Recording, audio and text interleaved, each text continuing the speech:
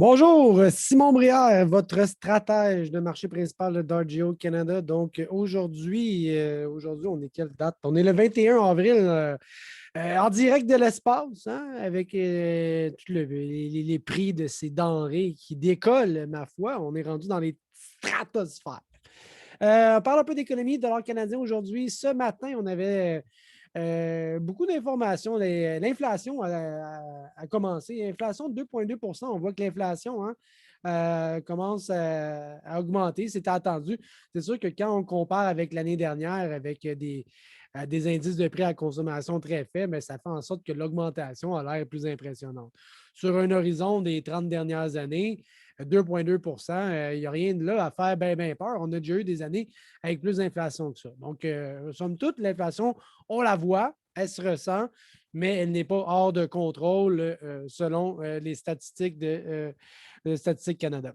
Autre chose, Banque du Canada, décision de taux d'intérêt.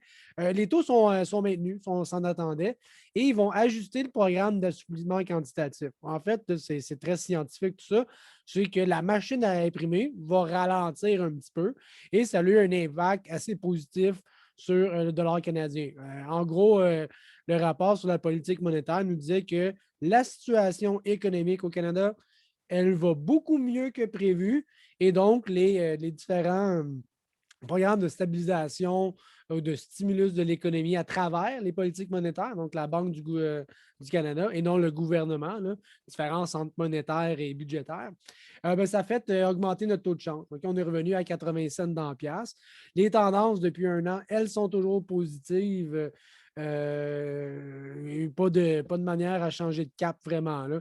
Vous voyez que ça monte assez en escalier. Hop, une poussée, stabilisation, une autre poussée, stabilisation.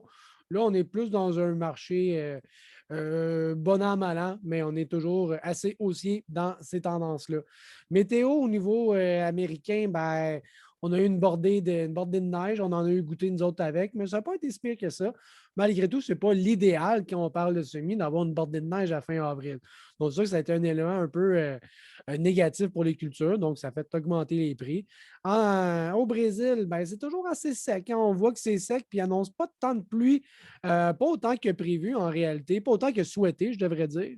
Et là, ben, une combinaison de un météo adverse au Brésil, une météo adverse aux États-Unis. Je m'en vais en Chine, puis aujourd'hui, on avait un rapport qui vient de la Chine au niveau des importations de grains et de filles de moulés en réalité. 16 avril ici. Je regarde ça.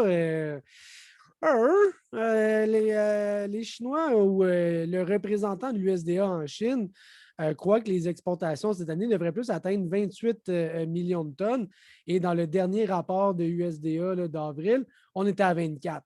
Donc, encore une fois, une exportation de maïs vers la Chine bonifiée.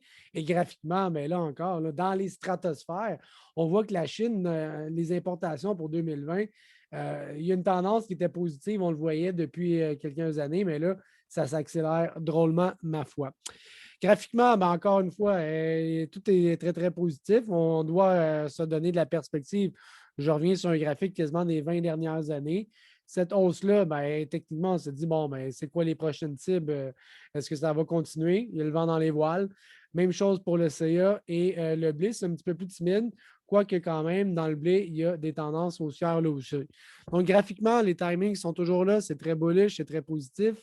Et combinaison de craintes sur la production suite aussi à la forte demande de la Chine. Alors voilà pour aujourd'hui. On s'en parle plus tard. Bye bye.